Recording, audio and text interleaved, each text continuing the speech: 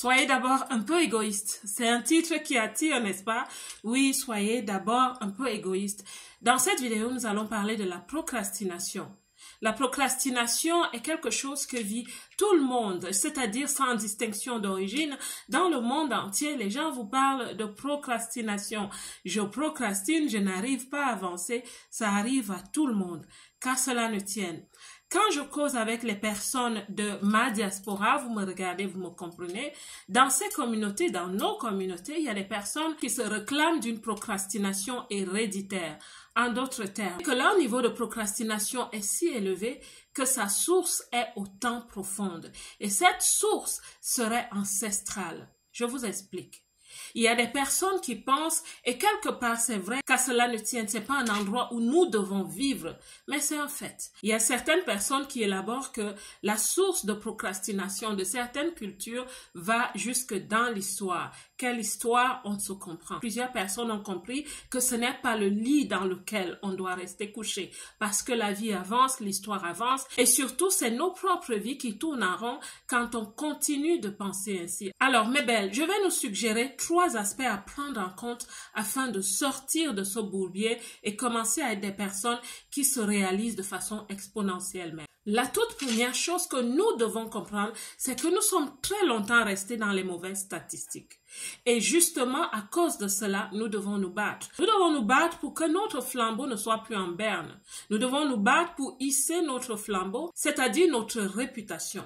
Commençons à voir l'histoire d'une autre façon. Commençons à construire l'histoire d'une autre façon avec d'autres armes, des armes qui sont intrinsèques, des armes qui parlent de notre potentiel, de nos capacités, parce qu'il y en a énormément, de notre capacité de travailler, d'apporter des résultats. Nous l'avons fait dans le passé. Nous pouvons encore le faire. Alors, je nous conseille de sortir de ce coin sombre où nous accusons l'histoire éternellement. C'est donc à nous de nous lever pour nous asseoir autour de la table de conversation afin d'ajouter de la valeur. La deuxième chose que je vais nous conseiller de faire, c'est oui, d'être un peu égoïste. Ça veut dire qu'à un moment donné, on va travailler sur notre valeur. On va travailler sur notre potentiel pour affûter nos dons, nos talents que nous avons énormément. Il faut voir en Europe, par exemple, dans certains pays, comment la vie associative est tellement prospère. Ça veut dire que vous rencontrez des hommes et aussi énormément de femmes qui ont des associations culturelles, des associations autour d'un service, autour d'un produit, des personnes brillantes qui ont des solutions qui ne sont peut-être pas visibles, mais il y en a énormément. Donc, pour que la visibilité commence à se manifester, pour qu'on soit invité autour des tables de conversation constructives et productives, c'est important de s'arrêter et d'être justement un peu égoïste et de vraiment travailler sur soi. Parce que tout instrument qui est brisé, comme beaucoup d'entre nous sont brisés, beaucoup avons été brisés, on a travaillé sur nous, énormément ont encore besoin de faire ce travail. Certaines n'y croient pas simplement, mais c'est une sonnette d'alarme que je tire.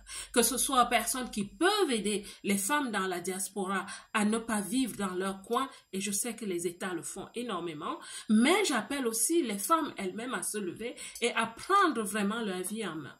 À comprendre que nous sommes des instruments, que si nous restons longtemps brisés, on ne peut pas ajouter de la valeur, parce qu'on n'aura pas construit notre propre valeur. Donc, être égoïste signifie quoi?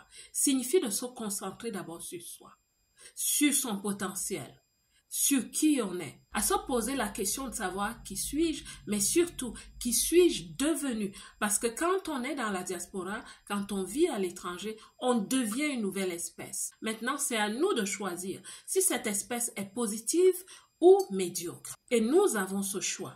Et travailler sur nous va se répercuter sur nos enfants, de génération après génération. Parce que ces enfants vont comprendre qu'il faut développer un certain état d'esprit d'excellence, un état d'esprit de recherche de la productivité. Avant de parler du troisième point, je souhaite m'arrêter pour dire que j'ai une nouvelle chaîne YouTube. Et cette nouvelle chaîne est essentiellement basée autour de la thématique de la spiritualité, de la femme entreprenante et entrepreneur. Sur cette chaîne, je mixais un peu les deux et j'ai compris à un moment donné qu'il y a des personnes qui souhaitent juste qu'on parle du développement personnel exclusivement concernant les techniques, les modèles, les astuces de réussite dans la diaspora. Alors, je vous ai écouté et je l'ai fait. Si vous voulez bien, allez suivre cette deuxième chaîne qui s'appelle La Voix Sainte. Alors, le troisième point que je vais partager avec vous, c'est que parfois la procrastination vient du fait qu'on n'a pas une vision claire. Et énormément de femmes dans la diaspora souffrent de cela. Nous n'avons parfois pas une vision claire parce que si l'identité est biaisée, si l'identité est confuse, comment peut-on savoir où on va dans la vie? Donc, il est important déjà de travailler sur soi, ensuite de se fixer une vision claire. Où est-ce que je vais dans ce nouvel environnement où je me trouve? Que tu sois entrepreneur ou femme de carrière, tu vas sortir de la débrouillardise quand tu sais exactement ce que tu es appelé à porter. Mais je dis encore, avant de te lancer dans l'entrepreneuriat, parce que c'est une erreur qu'énormément de personnes qui arrivent dans la diaspora font. Avant de te lancer dans l'entrepreneuriat, travaille d'abord sur ta propre identité. Tu es ton premier projet. Ce n'est pas utile de commencer à travailler sur un projet extérieur si toi-même en tant qu'instrument, tu ne sais pas qui tu es. On dit généralement que si vous êtes au volant d'une voiture, même la plus luxurieuse du monde aujourd'hui avec multiples options, et vous ne savez pas où vous allez, vous êtes égaré. Si vous, en tant qu'instrument, vous ne savez pas qui vous êtes, ça va être difficile de piloter d'autres projets. Donc, avoir une vision claire, des objectifs clairs de vie. Où est-ce que je me vois en 5 ans? Qu'est-ce que je souhaite avoir comme retour sur mes investissements? Quelle est l'image que je souhaite projeter aux autres? Quel est le style de vie que je souhaite avoir? Ou alors offrir à mes enfants? Où est-ce que je vois mes enfants dans 5-10 ans? Dans quel environnement? Est-ce que je vais longtemps rester dans les banlieues et mes enfants de génération en génération? Voilà les questions qu'il faut d'abord se poser avant de prétendre résoudre les problèmes de la société. La belle diaspora, j'espère que cette capsule autour de la procrastination ou alors de la non-procrastination va vraiment te parler. Dieu vous bénisse comme d'habitude. Je vous aime.